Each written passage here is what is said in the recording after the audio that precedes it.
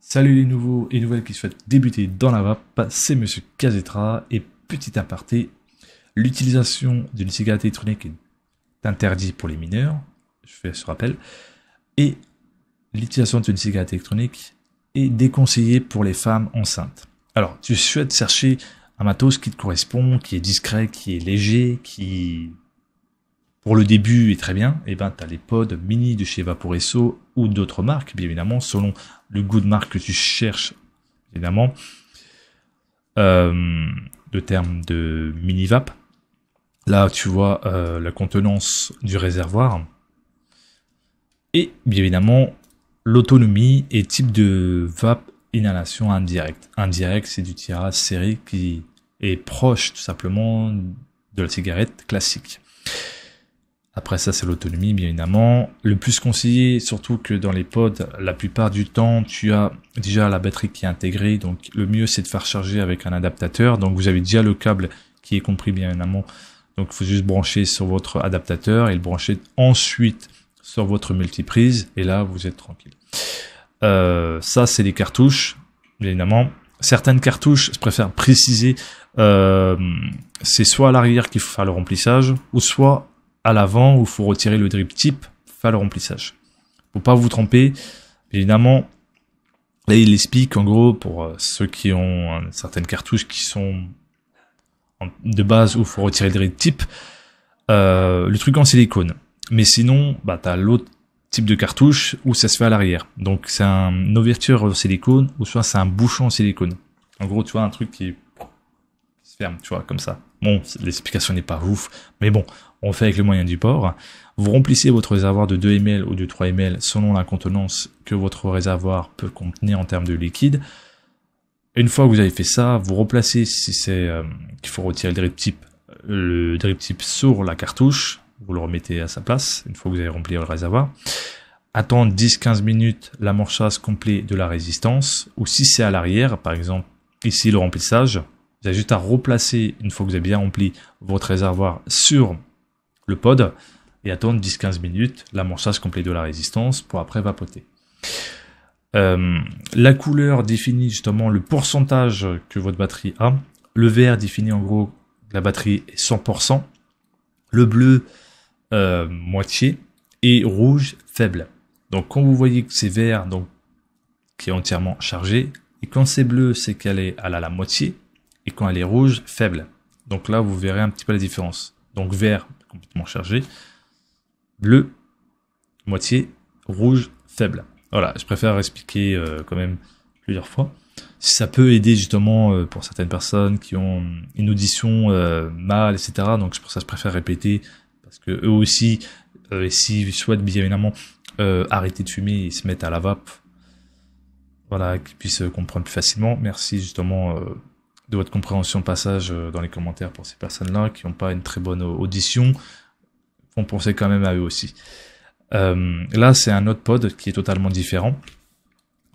Bien évidemment, on peut dire c'est de l'intermédiaire. En gros, débutant et confirmé. On peut dire à peu près comme ça.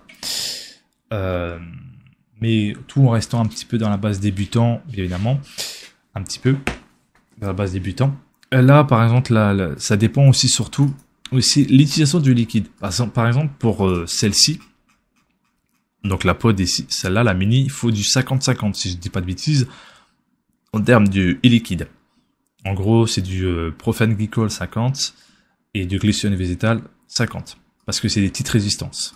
Mais pour certaines résistances, il faut privilégier généralement soit 70 glycérine végétale et 30 Profane Glycol, ou du 50-50, ou soit plus de Profane Glycol. Ça dépend justement de la résistance. De toute façon, c'est expliqué justement ici. Donc là, il faut en gros un faible taux de glycérine végétale pour celle-ci, pour éviter justement des fuites avec ce type de matériel.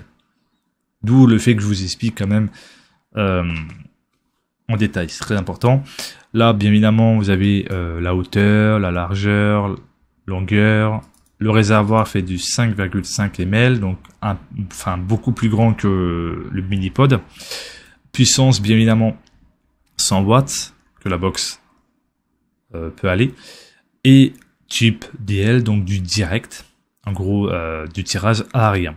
Là c'est des accus, donc là vous avez qu'un accu. En gros les accus ce sont des piles tout simplement, des piles, et que vous rechargez sur des adaptateurs comme ceci. Ça c'est pour plus, on va dire, tout simplement faire durer dans le temps vos accus, parce que le problème c'est que certains font charger en USB sur l'ordinateur, c'est pas forcément bon, surtout par le câble ici, pour les intermédiaires et confirmés. Ouais, et c'est pas bon. C'est bien une fois de temps en temps, mais si c'est constant, ça peut abîmer la batterie et vous pourrez retrouver avoir une petite session de vapotage beaucoup plus faible que d'habitude, parce que vous avez abîmé le cercle durée de vie de votre batterie. Si elle est intégrée, ou pareil, si c'est des accus. Pour ça pour les accus, il faut un adaptateur exprès, et après brancher sur une prise par exemple. Je vais débrancher tout de suite. Une prise comme ça.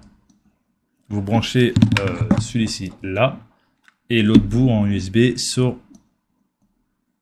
ça. Puis après vous branchez sur votre multiprise anti-food ou multiprise normale, enfin bref, peu importe, l'un ou l'autre c'est la même chose.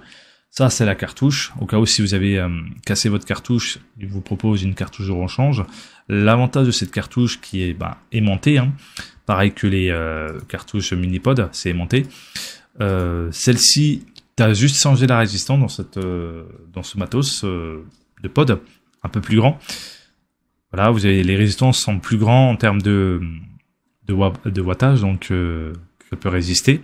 Donc c'est des valeurs en ohm pour pas vous tromper. Donc là, la résistance TPPDM2 en 0,2 ohm utilisée entre 40 et 60 watts. Donc 40 c'est généralement pour les personnes qui sont habitués à 40 et que ça, voilà, c'est moins de fumée, mais plus agréable à vapoter. Et pour ceux qui veulent un peu plus de fumée, les 15 ohms qui sont utilisés entre 80 et 100 watts, ce qui va faire un peu plus à rien, bien évidemment. Donc là, vous voyez, hop, l'avantage, hop, ça se déclipse en tenant votre cartouche. Hop, là, vous avez ici votre résistance, vous l'enlevez, comme ceci, et après vous la remplacez si par exemple ça faisait 3 semaines d'utilisation de celle-ci. Bien évidemment, il faut changer les résistances au bout de 3 semaines, parce que après vous allez avoir le goût de brûlé et après les fuites, très important.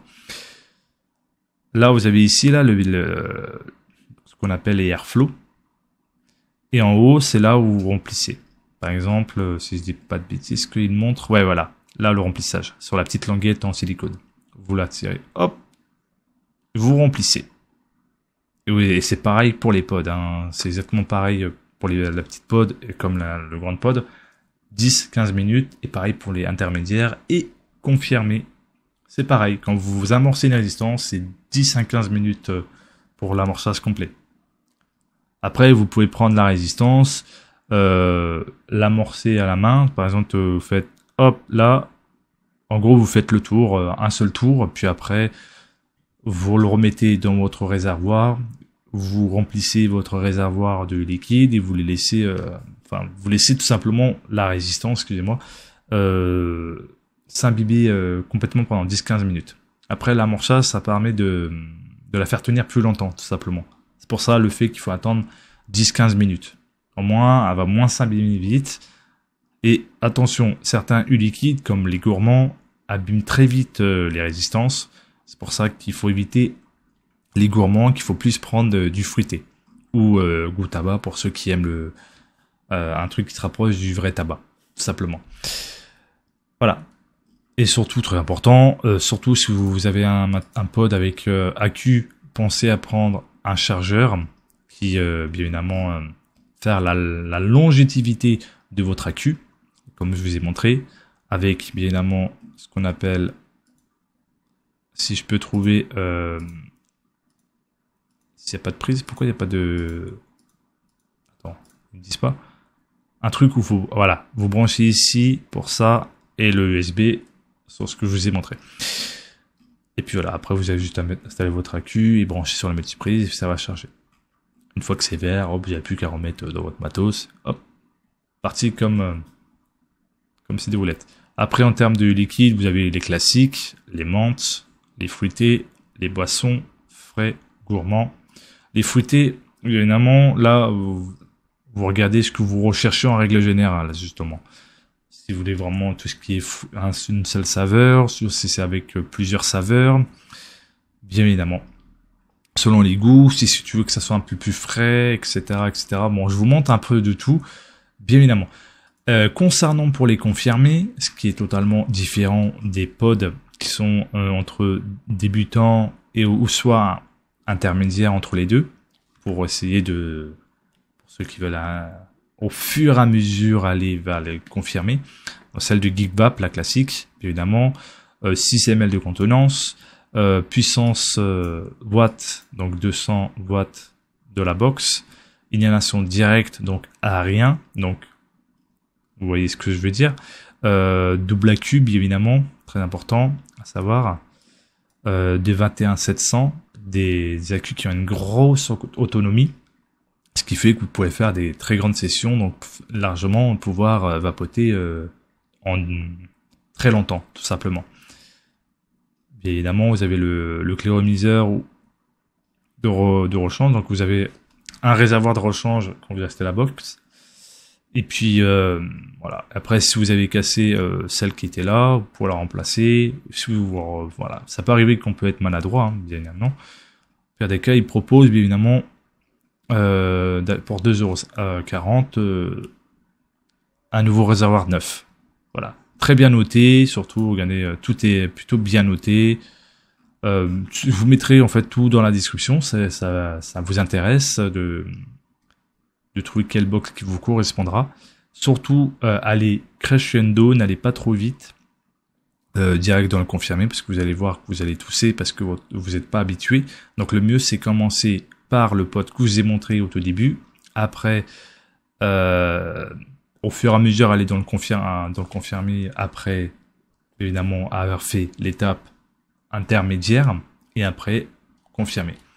Toujours faire débutant, l'entre-deux, et le tout premier qui est évidemment plus pour les experts, on va dire experts, non, je veux dire pour ceux qui sont habitués, pour faire simple, parce que certains ils font voilà, je vous fais les gens qui savent tout, machin nanan, j'aime pas ça, je préfère largement expliquer pour des débutants et débutantes d'une manière vraiment authentique, bien, comme ça chacun peut facilement comprendre. Bon, j'avoue, les petites gamins, c'est un peu pour faire l'imitation de certaines personnes qui vous prend de haut parce que vous connaissez pas la vape, et je trouve ça ridicule. Le plus important, c'est ne pas juger son prochain, peu importe s'il veut commencer dans la vape, c'est l'accompagner, comme ça au moins il sera plus à l'aise et il arrivera à se mettre totalement à la vape. Plus important. En tout cas, si cette vidéo vous a plu, n'oubliez pas de mettre un pouce bleu, de vous abonner, de partager à vos amis, à vos proches qui souhaitent tant se mettre dans la vape.